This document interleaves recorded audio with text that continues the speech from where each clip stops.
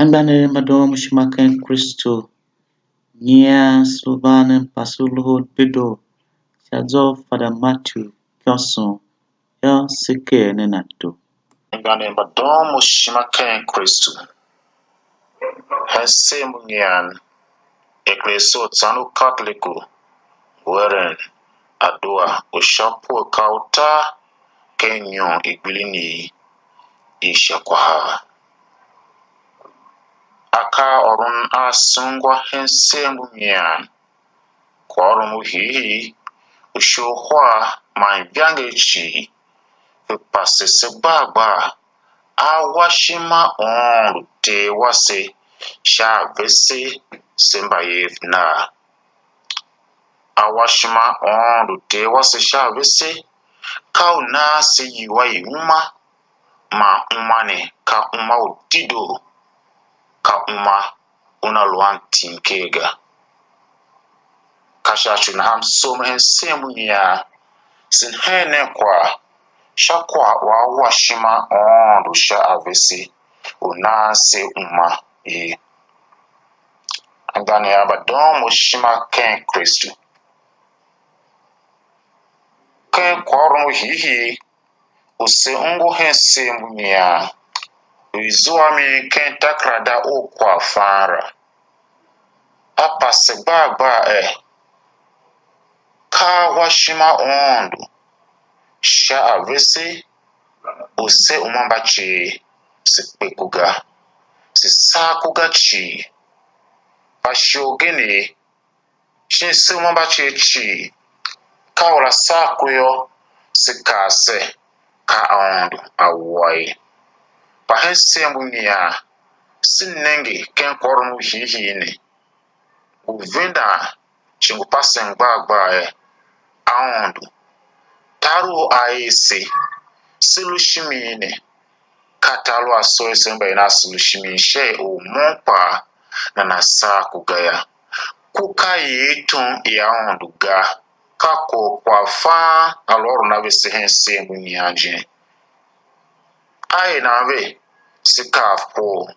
takrado kwa fa aloro na be se ovenda gbagba ku ka washima on gane alu esinengi ken takrado genesi ti o mion hiviro shot kilo kala trata zanzan yusho kilo ko tankar waya sinenge awashima ondu shavisi so mambachi shino yange o machio genesi tio kishamyo yuro shakunu kala trata pasibagba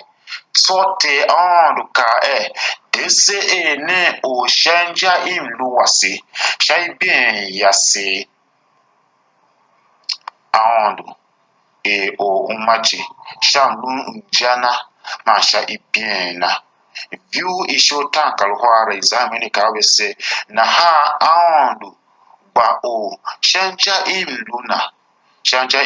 laji agba hama o agba re kwase manuso alwe ondu ba o shanjana sha ipiena ma aundu ka ukwenga aundu ka utsorun ya kwani ka utese kya je shahihiji aundu kwa yang nao iwa ulun a uma utsorun ken ana pa enabe hingi o never sa kushin o na pe ken takrado genisini ditso always sinenge have you check tuki uta view isho ni layo iyo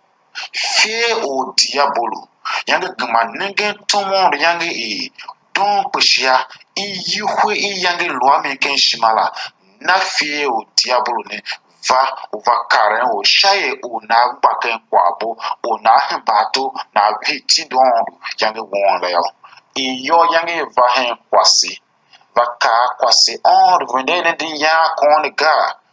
kwasi kai even this is the ya kumula toto sulenega iyo yanka kwasi alwe ni ya kon pa ni pega genesi tu kishota view ishoni enshine kwasini yangu ho kon on yange vindai vidi yanga ni ya ma ishodo inyoshinta ona hingi udzwa akuye hegen si tone kane masizwa mi shin shadow si zwa mi ken genesi to ki shamyo ma sho tane si pinane vo shakoro mu hihi usungwa ken takrada wo kwa fane takrada wo kwa fangor na wese aondu bakuga shi sanondu yo shaw o machina sakuga aondu bahama kwachi shi hama kwa nalu auma ma hama kwachi nalu ken lu peyo ma odido payo yangelu iyihwe shi ife kwa idiabol ome yange nave o ku hingi uva ken owe so kane ma mzua ankane ma sri shada shami ken genesila ku shakwa oro no sizua mi hen semu nyane uva hen o machi sha iyere ife e diabolo satan pa alo esinenge ya ku e uvehe o machi na akwa ku ogema o ahemba o machi ga de wasa pasa washimana awashimana hen avese kausemba ye na asisa shiga kausemba ye na asitimga pa kausemba ye na aswa kasha chuna ha ken takrada u Yeremia profeti Yeremia tioki shekendo kauta kunyi viri hamionla ondo oravisi ka mfamba ba mluwa mi shavene kamba ba dido ma kamba ba bempaf kamba ba boga pa kamba ba nane shima vere ken hemen ba onda lwa mi shave se semba ina ba dido kamba wa shima ba dido tse ondo alwa mi sha avisi ma ka sha chuna ha sinenge e ondo ba wa shima na hena veselu ba dido yo agema ava am yonshinta ken wana Yesu Kristo Yohane tioki shota yurusha poetrata e shiada gbagba kae gadia ta ne don shimaji na ha anawano twen she atio una now jijiyo na de timinga na zua a umautorun ku o yange diabolo va mene atio na najiji ken Yesu Kristo wa ondo yo na gema na zua a umautorun